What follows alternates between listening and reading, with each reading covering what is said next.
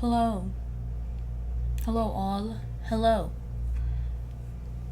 My hair. This is good. It's gonna get okay. It's a little like dented in some places, but who cares? Who cares? Nobody cares. I don't care. Let's play a game called Is Alyssa wearing a full outfit right now? What do you think? I'll give you time to guess. The answer is no, I'm not. Okay, anyways, today we're gonna talk about my favorite albums of the year. The albums that made my year, okay? And there's only 7 of them, so this is a coveted spot, okay? This is coveted. This is my bullet journal, by the way. Ooh, cute stickers. Ooh, let me know. This one says support your local girl gang.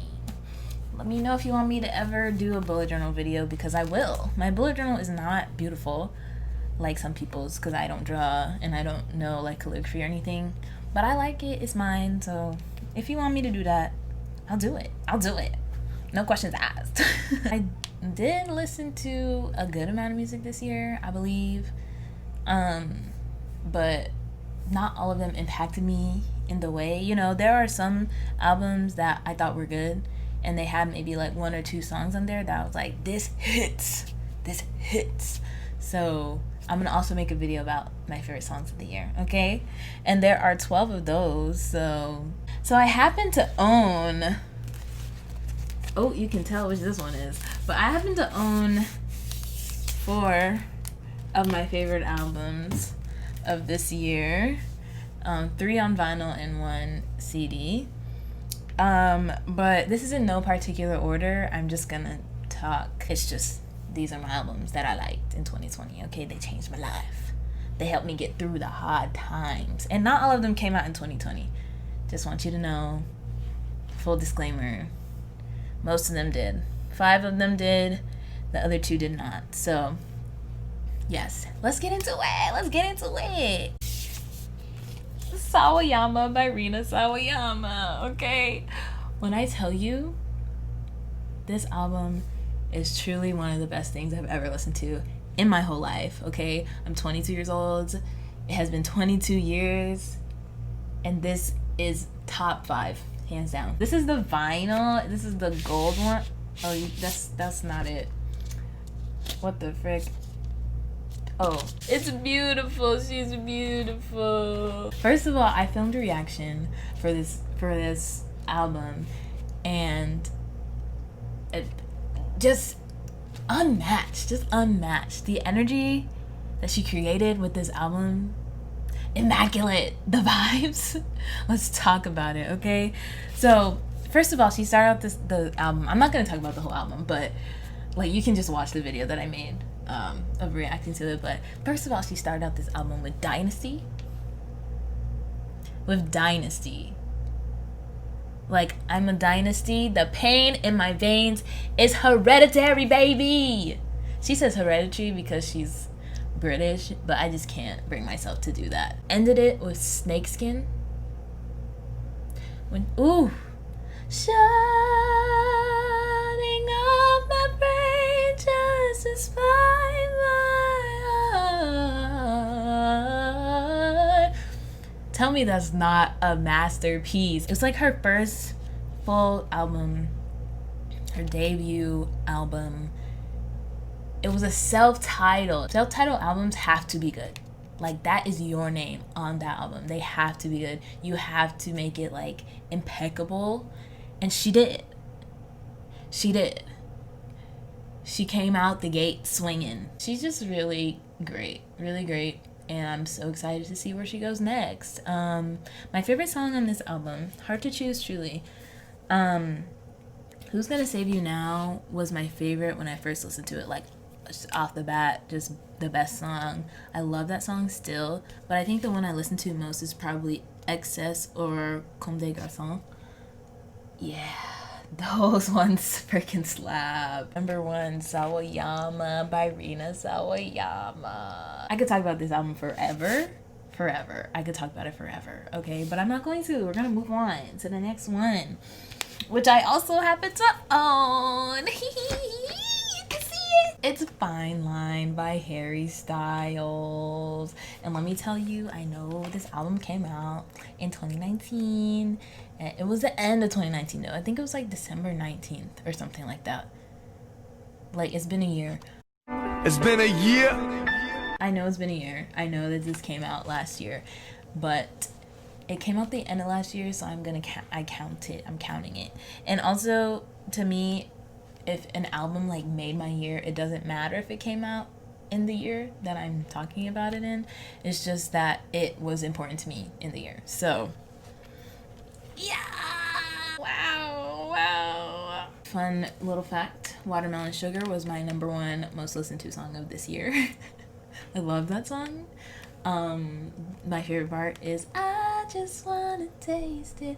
I just wanna taste your watermelon sugar high. The only song that I don't really ever listen to is Treat People with Kindness. I don't love that song. Not my favorite. Actually, it's my least favorite. But, you know, I like the message. We should treat people with kindness. He's right. Okay? The white boy is right. The first song I listened to, actually, of this year was Fine Line, the song. And sometimes when things were, like, really freaking horrible for me, you know, for everybody, I was like, we'll be all right. We'll be fine line. We'll be alright. Ah, trumpets. I love trumpets. Fine Line, the album and the song both have helped me, bro. Like, and Turn On Watermelon Sugar, I can't skip it. I have to listen to it all the way through, and I will be happy by the end. He put his foot in this entire album. He put his foot in it, okay? My 2020 was really supremely changed because of this album. So thank you, Harry, for that. I kind of like became a low-key Harry stan this year. Like, low-key though. Like, I'm not about to, he's not gonna make my top 3 white boys ever. Like, there's no room for him there. But, you know, we could talk. Sometimes we could talk. My favorite song when I first listened to it was Falling Again. And I still really love that song. But I think my favorite song as of like right now, this current moment, is probably, I'm gonna have to go with Fine Line. Those trumpets. Yeah. All right, let's move on. So number 3, I do not own. But my third one is In a Dream by Troye Sivan. Specifically, the song Rager Teenager. Because when In a Dream first came out, I wasn't super, like, I loved it because I love Troye Sivan. But I wasn't, like, super stoked about it. I wasn't like, this is amazing. But then I watched this TikTok he made about Rager Teenager, and I was like, oh my gosh, this is exactly how I've been feeling too. And so I was, like, listening to it, and there was one weekend where I listened to nothing but In a Dream. Like, just over and over and over and over and over again. I just love Troye so much. Like, he's really one of my favorite artists ever. So, I love his music. So, I felt so connected to him in this EP, even though, like, it was about heartbreak and etc. And I've never, like, been through heartbreak or anything like that. But I just felt like he was, like, all his emotions were just out there, and they were the same emotions that I was feeling, even though it was for different reasons, you know. And I just loved it. Like, it was just really great for me to have that, you know, that one weekend when I was feeling horrible. Easy bop. I love Easy. Loved it from the first second I listened to it. Say it with me. He put his foot in that. In a Dream, one of my favorite songs to skate to in this moment. Love it. Amazing. It was just really, I felt very well-rounded EP. And it spoke to my soul. He's great, and I love him. And I wish that he would upload YouTube videos a little bit more. Like, I know he doesn't do YouTube anymore, but it would make me happy. I've been a fan of his for like 7 years now, which is crazy to me. It was just crazy to me because it doesn't feel like it's been that long, but I was really like 15 freaking years old when I was like, I love Troye Sivan. So I just love everything that he's put out so far and like how he's grown and just, I love him. But yeah, In a Dream was really great for me, and I'm so happy that he decided to bless us this year. Thank you, Troye Sivan, for that one. Did I say thank you to Rena? Thank you, Rena, for your album. I'm gonna say thank you to everybody. So number four I also happen to own. Calm by Five Sauce. Bops on bops on bops on bops on bops, okay? And they had a little scandal in the middle of the year, like a sexual assault thing that ended up not being true, and I was like very glad that it wasn't true, because I was like, y'all too? I'm tired of folks lying on people. That's what I'm tired of, because you know, when you lie on folks, when you lie on people, it makes it harder for people to believe actual true stories. Okay? So stop lying, because it really is messing it up for everybody else, okay? Thank you. I hope you're not thinking about lying about sexual assault, but if you are, don't do it. It's not funny. It's not a game. You're making it so much harder for everybody else. Like, that's really guilt trippy, and I usually wouldn't say something like that, but it's true. It's true. I hope you feel bad. Anyways, calm. Ooh. I actually used to be a Five Sauce stan back in the day when they were on tour with One Direction, and I was a One Direction stan. And I kind of fell off. And then this album came out, and they started out the album with Red Desert. Let me tell you about Red Desert. So me and my friend, before pandemic stuff, were planning a road trip to Colorado. It was very tentative, like we didn't really know when we were going or anything like that, but we were like, we're gonna go. And it's so sad to think about. I'm really mourning the loss of this road trip, but the pandemic happened. We can't really go to Colorado anyway because there's a pandemic, but also we're not working, we don't got no money, like what's going on? So we, sat at home doing nothing like everybody else did, and this album came out. And she listened to it and was like, it was so good, but I'm angry. Like, I'm mad because it was so good. And I was like, what are you talking about? She was like, I just want to be in Colorado. Whatever she said, I don't remember. But I started the album with Red Desert, and I was like, oh my gosh. I'm so mad that I'm not in Colorado right now listening to this song, driving past the rocks and whatnot. And it's just like, that song is such a good driving song. Just like, just so good. Can we appreciate Callum Hood for this 2 seconds? 1, 2, wow. He's so good. Like, the bass throughout this whole album, we can talk about it for days, weeks, months, or years. One thing that I do have a little bone pick about is that Five Sauce, Luke mostly does all the singing now, which is fine. He's really good. But I love Callum's voice. So Wildflower, sweet, really sweet song. And I love that Callum is basically singing, it's like his song. It's like, oh, that's really sweet. Teeth will never ever get old to me. And maybe I'm speaking too soon, but it's been 9 months and it's still not old. It's never getting old, okay? Teeth is a bop. It'll slap forever, okay? That bass line, Luke's voice. My favorite song on this album, Teeth, truly beautiful. Thin White Lies, immaculate, gorgeous song. I love that song. Lover of Mine, beautiful, amazing, spectacular. I need to widen my adjective vocabulary because I don't have enough words to describe Lover of Mine. It's kind of hard for me to pick a favorite song because they're all so good. But I think right now my favorite song is probably Teeth always. I don't know, what can I say? They put their foot in that. Hopefully someday I'll be able to ride through Colorado listening to Red Desert.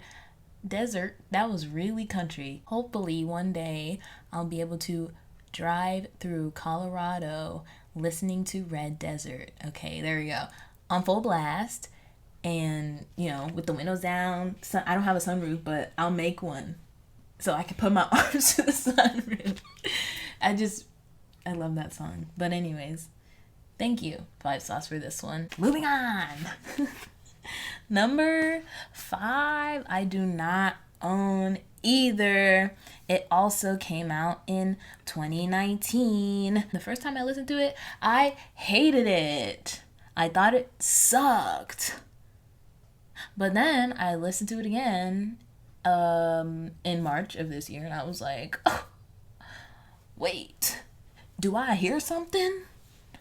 And yes, I did. I heard something. And that album is When We All Fall Asleep, Where Do We Go by Billie Eilish. William Eyelash. William Eyelash. William Eyelash. Billie Eilish. She is very talented singer, songwriter, just artist in general. Like, she's really talented. And I love her music. And it all started for me with Bad Guy. I was like, wait, this kind of bops. And I was like, doo-doo, doo-doo, doo-doo, doo. And it was just all downhill from there. Sometimes, first listens of albums, you're like, what? You don't get it. And that's okay. But I got it the second time, and I was happy about that. There's not, a whole lot of, sentiment I have attached to this album. Because I feel like none of these songs are have any sentimental value to me. They don't really make me sad or make me happy or anything like that. To me, this was just good music and that I liked, and it wasn't about attaching any type of meaning to it or extra stuff to it. It was just I like how this sounds. And I feel like you always need an album when you're someone like me who likes to be sentimental about everything.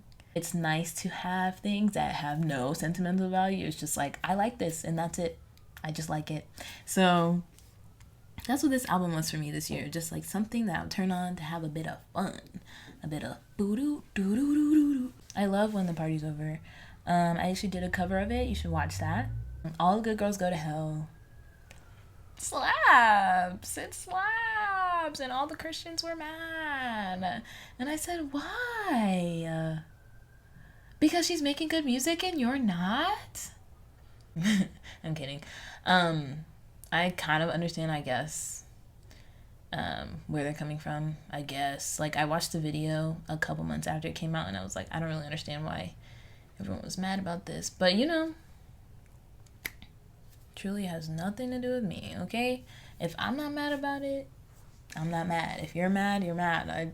Whatever. Do what you want. But I think my favorite song, hands down, is You Should See Me in a Crown. I just think the whole idea that she just watched this episode of Sherlock, I believe, and was like, I'm gonna write a song, is so cool. So cool. I love it. I also really love My Strange Addiction and how she put little tidbits of The Office in there. I don't like The Office, but I thought that was cool too. Those are my top 2 favorites. She really did what she had to do here. And I'm glad that she did. I'm glad that, she put it out. Thank you, Billie, for that one.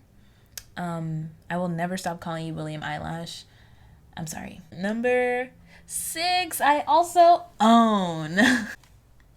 Resonance, NCT 2020. Resonance. They killed this album, okay? I don't know where the CD is. Aw, frick. I don't lost the CD. I don't lost the CD. Wait. Oh wait, it's in my car. It's in the CD player. Let's talk about it. This album, NCT 2020, all 23 members of NCT on an album together. And they did that. Every single one of them put their foot in this one. Every single one of them. I also own NCT 2018, and I really liked it too. obviously, or I wouldn't have bought it. But this is like exponentially better than 2018 to me, and that's how artists should be, you know? Like, I shouldn't have had to listen to the same album 2 years later, you know? And I didn't. This album is so mature, and like it just feels so much like more, you know, like they're adults, most of them. Like even Jisung. But Jisung is 18 years old. Can you believe that? Jisung? Like, what? Even NCT Dream, like from Chewing Gum to Deja Vu, Raiden, Boom, etc. The growth that they have done, NCT has grown so much in maturity and just like overall sound of their music. And this really showed that. I was just amazed listening to it, really. I was amazed. And I love that. Honestly, all of them in NCT, they kind of hit the jackpot because they're like such a talented group of people. And the fact that there's 23 of them and like basically all of them are talented. How? Somebody gotta suck at something. Like, what the heck? I love WayV's music. Nectar? Give me that nectar. I love dancing in the moonlight alone, alone. Da-na-na-na-na. Give me that, give me that, give me that. Woo! I could have really used WayV's music when I was still in Chinese class, but whatever. Fade into my last song. Haechan? Guess what I'm gonna say? Put his foot in that. He put his foot, faded in my last song. Come on. There's literally something for everyone on this album, I believe. Like, if you don't like Make-A-Wish, maybe you'll like Misfit, maybe you'll like Lightbulb, maybe you'll like Volcano, maybe you'll like this, maybe you'll like that, maybe you'll like that. My favorite song on this album is kind of hard because I do sincerely love all of them, except maybe Volcano. Volcano's definitely my least favorite. Deja Vu, slappity slap slaps. Also, first comeback from Dream with Mark back in it, which was cool. I'm glad that he's back with the Dream babies. They're not babies anymore, though. I can't call them that anymore. I've literally been calling them Dream babies since they debuted, and now they're like Dream adults. I'm sad. Faded to my last song, obviously a fave. Love that song. Nectar, jam, bop, hit, etc. It slaps. I think Nectar might be my number one favorite, but it's hard to choose because all the songs are so good. Thank you so much, NCT 2020, for putting this out for all of us, blessing our ears this year. Also, I got a Yang Yang photo card. Yangy Yang Yang. I should put it in front of my face. Should I do that thing? Anyways, let's move on. Oh my god. I said let's move on. Taeyong said no ma'am, we're not moving on until I make an appearance in this video. So here he is. Number 7, my last album that made my year, came out in November. At the end of November, really. Maybe the middle. Actually, the beginning of November. And it was Confetti by Little Mix. First of all, I filmed a reaction of this video when the album came out, of this album when this album came out, and I still haven't posted it. It's been a month and a half, over a month and a half, and I still haven't posted it. But I will. And I will say that in that video, I did not talk at all about Jessie, like, leaving. Or, I didn't really mention her that much at all, but, like, I didn't talk about her leaving. That's because she hadn't left yet. And I'm very sad about her leaving. But I understand that, like, this is what she has to do for herself. And I respect that. I really do. I loved Confetti, and I'm so happy that she got to participate, but like she was in Little Mix. But I'm so happy that she did this, or like gave this to us before she decided to leave, because it was a good parting gift, in my opinion. It was a great parting gift. Like, Little Mix knows how to do pop music. If no one else knows, Little Mix freaking knows. Their vocals, first of all, unmatched. The way that they blend with each other, just everything about them, beautiful, amazing, whatever. Once again, last album, I have to say it, they put their foot in this, okay? They put their foot in this up to the ankle. Especially If You Want My Love. Let's just take a moment and listen to this one part of If You Want My Love, okay? Here we go.